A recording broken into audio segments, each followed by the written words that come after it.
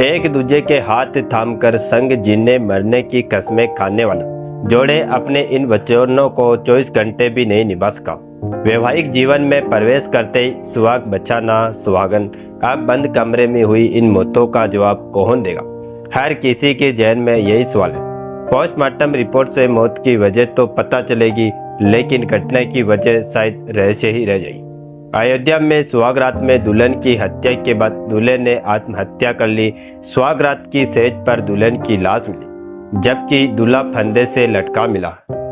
वहीं इनकी मां बीमार होने के कारण जल्दी इनका रिश्ता कराना चाहती थी। करीब 1 साल पहले इनका रिश्ता हुआ और अभी 7 मार्च को उनकी शादी हुई।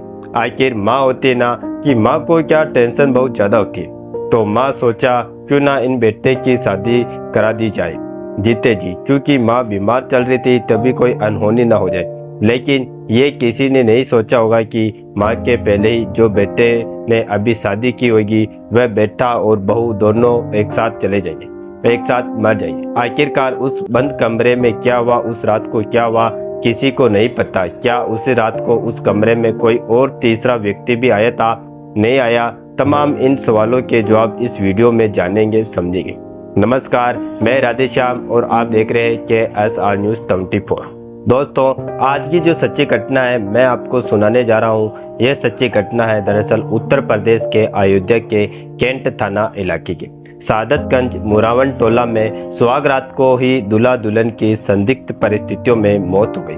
दोस्तों, दीपक और प्रदीप के पिताजी की मौत काफी समय पहले ही हो गई थी, जिस कारण दोनों भाइयों पर बचपन में ही अपने कंधों पर जिम्मेदारियां आ गई। अपने घर की दोनों ने अपना अपना काम संभाला। एक मैकेनिक का काम करने लगा तो दूसरा टाइल्स लगाने का काम सीखा। दोनों भाई ने की जो जान लगाकर मेहनत की और अपनी गरीबी को मात दी और घर की बिगड़ी हालत सुधारी। दोनों भाइयों ने मिलकर अपना एक आलीशान घर भी बनाया। इसी बीच माँ बीमार होने लगी और बीमार होने के कारण माँ को प्रदीप की शादी को लेकर चिंता होने लगी। नाते रिश्तेदार के मध्यस्थता से दिल्ली सरिया के मजरे मोहल्ला निवासी मंतूराम की पुत्री शिवानी का रिश्ता तय हुआ। दोनों एक दूसरे के संपर्क में लगभग 1 साल से रह रहे थे। दोनों की आपस में बातचीत भी होने लगी। माहौल अनुकूल होने पर 7 मार्च को दोनों की शादी हो गई। परिणय सूत्र में बंधे, अग्नि को साक्षी मानकर एक दूसरे के साथ फेरे लिए, कई कस्में खाई, लेकिन 24 घंटे के भीतर ही दोनों की मौत हो गई। जिस घर में शादी की खुशियां मनाई जा रही थी, उस घर में अचानक शोक। रस्मों रिवाजों के गीत गाकर उत्सव मनाने आई महिलाओं और रिश्तेदारों की आंखों से आंसुओं की गंगा बहने लगी। झालरों से सजा मकान व प्रतिभोज में भोजन बनाने के लिए पड़े बर्तन भी लोगों को मानो काटने के लिए दौड़ रहे हो। मातमी शोर से मुरावन टोल दहज उठा। रविवार सुबह मृतक के बड़े भाई दीपक पड़ोसियों व रिश्तेदारों के साथ सब्जी मंडी चले गए। उन्होंने बताया कि आधी सब्जियां खरीद चुके थे। इस बीच घर से एक फोन आया और जल्दी पहुंचने को कहा गया। वह लोग जब घर पहुंचे तो पता चला कि ये क्या हो गया। तब जाकर उन्हें समझ में आया। इस घटना के बारे में पता चला वही दुल्हन का परिवार काफी समय से दिल्ली में रहता है। दुल्हन 8वीं तक पढ़ी है। लगभग 1 माह पूर्व वह लोग आए थे। साल भर पहले से एक दूसरे के संपर्क में रहने के बाद किसी को इस घटना का अंदाजा नहीं था। किसी ने इस बारे में कभी नहीं सोचा होगा। दुल्हन की मां ने भी कहा कि राजी खुशी शादी हुई, उम्मीद नहीं की थी कि ऐसा हो सकता है। वही पुलिस सूत्रों के अनुसार दुल्हन के गले पर चोट के निशान है। बिस्तर पर उसकी चूड़ियां भी टूटी मिली। ऐसे में आशंका जताई जा रही है कि दुल्हन की गला दबाकर हत्या करने के बाद दूल्हे ने खुद को फंदे से लटकाकर आत्महत्या की होगी। वही स्थानीय लोगों से यह पता चला था कि प्रदीप बहुत ही शांत स्वभाव का था, मिलन स्वभाव का था। वह किसी प्रकार का नशा नहीं करता था। वह गौ सेवा करने का भी उसे शौक था। वह करीब 6 साल से एक गाय पाल रखी थी अपने घर पर और उसकी अच्छी तरह से देखरेख करता था। वह अपने हाथों से दूध निकालता था, उसकी देखरेख करता था।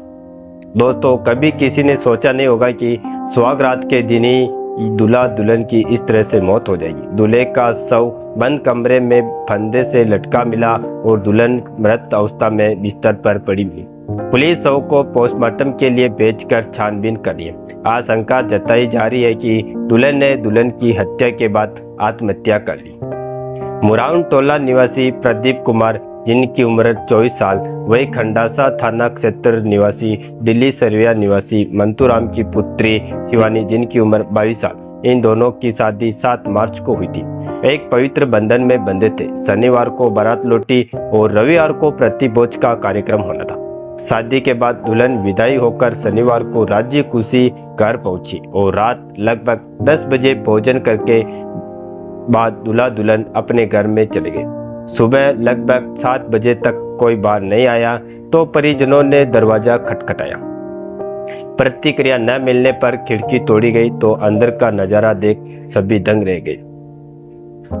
आनंद फानंद दरवाजा तोड़कर सभी अंदर गए, लेकिन तब तक उनकी मौत हो चुकी थी। एसएसपी राजकरण नैयर ने बताया कि कमरा अंदर से बंद था, इसीलिए किसी बाहरी व्यक्ति के प्रवेश करने का कोई औचित्य नहीं है, कोई शक नहीं है। दोनों परिवारों की तरफ से किसी तरह की आशंका नहीं जताई गई।